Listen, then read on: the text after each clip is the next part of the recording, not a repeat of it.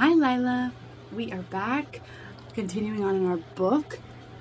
Mercy Watson is missing. Oh no. So we last finished chapter 1 and 2. Oh, and the prologue. So we're going to start back on chapter 3. And just to refresh your memory, Mercy Watson is a pig, and her mom is Mrs. Watson, and Mrs. Watson's husband, Frank, Mr. Watson, they are realizing that she's actually missing, and they've called the police and the fire department and animal control, and nobody seems to think that it's their job to look for a missing pig. So Mr. Watson was starting to get really disappointed. Then people came and knocked on his door, his neighbors, and they said, "Hey, we're going to help you find Mercy Watson." And so let's see what happens next. Chapter 3. "What should we do, Frank?" said Mr. Watson. Frank inhaled deeply. The Watson house smelled like toast. It was a good smell, a comforting smell.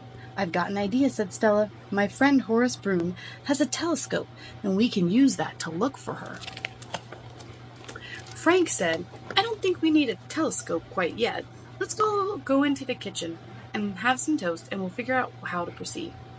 Mr. Watson leaned on Frank just a little as they made their way to the kitchen. There they found Mrs. Watson standing in front of the toaster, weeping quietly. Weeping means crying. "Oh, Frank," said Mrs. Watson, "she has never ever disappeared. She doesn't like to go very far from the toaster." "Or the couch," said Mr. Watson. "Let's make a list," said Frank. Frank found list-making to be a very helpful undertaking. Even the biggest questions. Oh, Frank is the neighbor, not Mr. Watson. Anyways, even the biggest questions, the most impenetrable mysteries, who are we, what are we doing here, could be approached more confidently with a notebook and a pencil. "Let's think of all the people Mercy knows and all the places she might go," said Frank, and he opened his notebook. "There's Leroy Ninker," said Stella, "and his horse, Maybelline. Mercy might have gone looking for them. Also, Leroy has a lasso. That would be helpful, right? He could lasso Mercy if he found her." Said Frank. "I suppose." He wrote down Leroy Ninker, Maybelline, lasso. "Also," he said, "Mercy sometimes goes truffle hunting with Gaston Latrobe. We'll contact him." He wrote down Latrobe truffles. "Do you think it's possible she got on a train?" asked Baby Lincoln. No pictures. "On a train? By herself?" said Frank. "Well," said Baby Lincoln, "anything can happen. People and pigs do go on unexpected and sometimes necessary journeys." Frank nodded. He wrote down train and unexpected necessary journeys. Mr. Watson said, "What if someone took her?" Mrs. Watson let out a sob. "You mean pig napped her?" said Stella. "Don't write it down, Frank," said Mrs. Watson. "It's too terrible of a thought." Frank looked at what he had written so far. Leroy Ninker, Maybelline, lasso, treasure, truffles, trains, unexpected necessary journeys.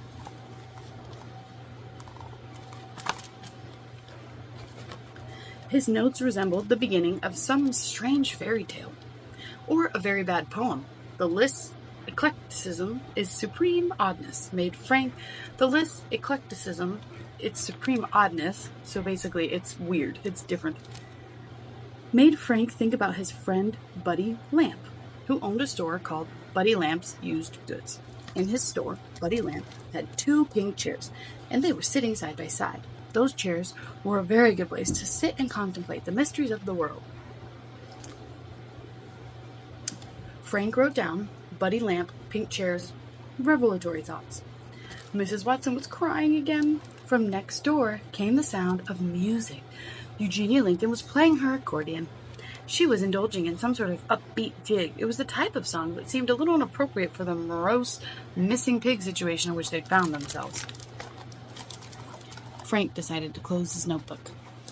That's Frank, writing in his notebook. He said, "Stella, go and get Horace Broom. He can help us with our search, I'm sure. Miss Lincoln, if you could contact Gaston Latrobe and ask him if he's seen Mercy, that would be helpful. I've got a couple angles of my own that'll work." "What should Mr. Watson and I do?" said Mrs. Watson. "Sit tight and hold down the fort. Someone needs to be here if she comes home. And don't worry, we'll find her." Alas, Frank spoke with far more confidence than he felt. Chapter 4. Mercy Watson represented joy, chaos, possibility. Without her, Baby Lincoln felt as if a layer of glumness had settled over the world. Apparently, Eugenia did not feel the same way. When Baby returned, because she's playing music, when Baby returned home, she found Eugenia dancing around the living room, playing a jig on her accordion. Baby said, "Sister Mercy Watson is missing." "Yes," said Eugenia, "I know. That pig has been the bane of my existence, and this is a happy, happy day." "Oh, sister," said Baby, "you shouldn't take joy in other people's suffering." "Chakravra," said Eugenia. "How's that?" said Baby. "Chakravra is the word for taking joy in another's suffering, but that is not what's happening here. Rather, I am taking joy in my liberation from that pig's reign of terror." Eugenia? Baby sighed. She should, she supposed, do as Frank instructed and contact Mr. Leroux. That's interesting. Schadenfreude. Schadenfreude. That's the word that means, apparently, taking joy in another's suffering. Also, Eugenia looks crazy, doesn't she? Look at that hair.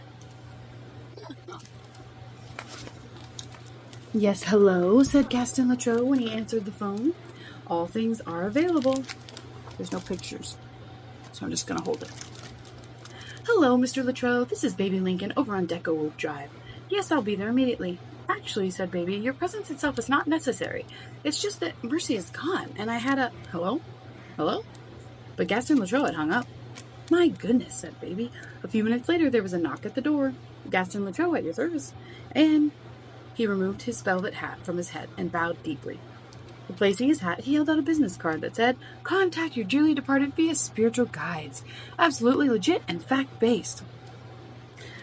"Mr. Latrobe," said Baby. She looked over her shoulder. Eugenia was not fond of Gaston Latrobe. She said that he was a schemer, criminal at worst, an opportunist in velvet pants at best. It was true that Gaston Latrobe wore velvet pants, and also a velvet hat. But Baby thought he was not a schemer as much as a hope and a dreamer. "Mercy Watson is missing," said Baby to Gaston, "and I know that you often go truffle hunting with her, and I was wondering if perhaps you'd seen her recently." "Ah, the pig. You are searching for the pig," said Gaston. "You want to see what he looks like?" He shuffled through his business cards. Clearly he was looking for a card that addressed the issue of missing pigs. "Oh dear, this I do not know."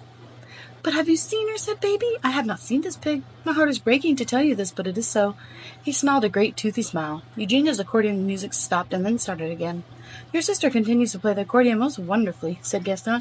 "She is a natural-born talent of genius." "Yes," said Baby. "I suppose she is. Well, thank you for stopping by." Gaston removed the hat from his head. He handed Baby a card that said, "Expert cloud seeking available. It's always possible to make the rain come down. Hire an expert today." "Thank you so much," said Baby. The accordion music stopped. Baby stared down at the card in her hand. "Hire an expert today." For some reason, the word expert brought to mind the smug face of Detective Spigot. Detective Spigot was a fictional investigator. In the books detailing his exploits, he solved many missing person cases. Mercy was not a missing person. She was a missing pig. But still, the notion was the same. What they needed was an expert detective. Baby went to get the phone book. Who do you think they're gonna call? Do you remember from the prologue who they might call? Chapter 5. Would you like to join me? Okay. Agamemnon's joining us. Just sit tight, okay? Chapter 5. Speaking of the missing pig, where was she? She was trotting down the road with her nose in the air. She was hot on the trail of the most delightful, overwhelming, scintillating, irresistible scent. Whoa. It's Mercy. Look. Is it? This is the first picture we've actually seen of Mercy. Apparently she smelled something good. Let's read. The smell pervaded the air. It made the leaves shimmer and the grass shine. The smell made her snout happy. It made her heart thrum. It made her hooves tingle. The smell was butter. A great deal of butter. The butter was calling to her, and Mercy Watson was happy. Answer the call. She does look happy. Agamemnon, I don't want you playing with that next to me, thank you. Chapter 6. Is he? Mr. Watson, Mrs. Watson, Baby Lincoln, Frank, Stella, and Horace went together to Percival Smigley's office Together they climbed the dark stairwell in the historic Blinkop building. They ascended in twos. Stella and Mr. Watson led the way.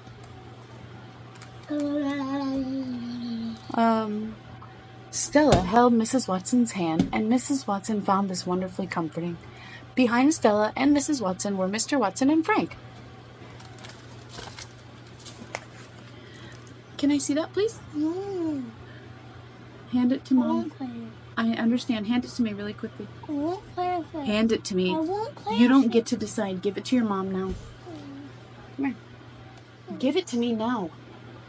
I asked you not to do it, so now you've lost the privilege. And you can earn it back. This one doesn't have pictures, okay? Mr. Watson kept his hand on Frank's shoulder as they climbed the stairs.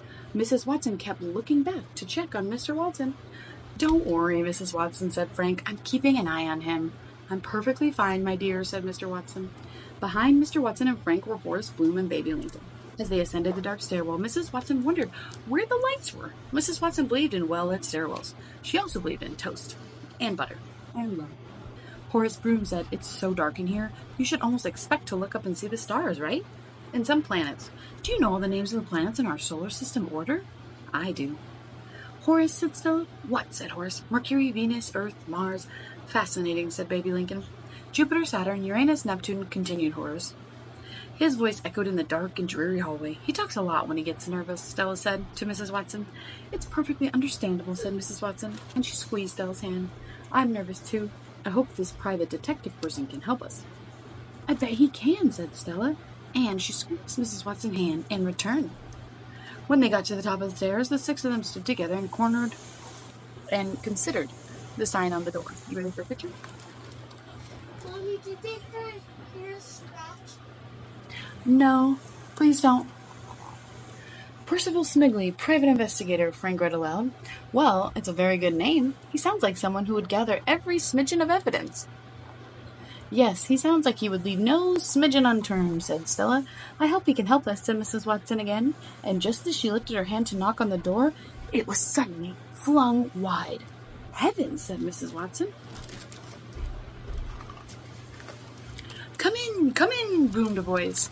The voice was so confident and so hearty and assured that Mrs. Watson had a spasm of hopefulness. This gentleman, this private detective with the strange name, would find mercy. Surely he would. We're going to stop here and we'll pick up tomorrow in Chapter 7. I love you. Good night.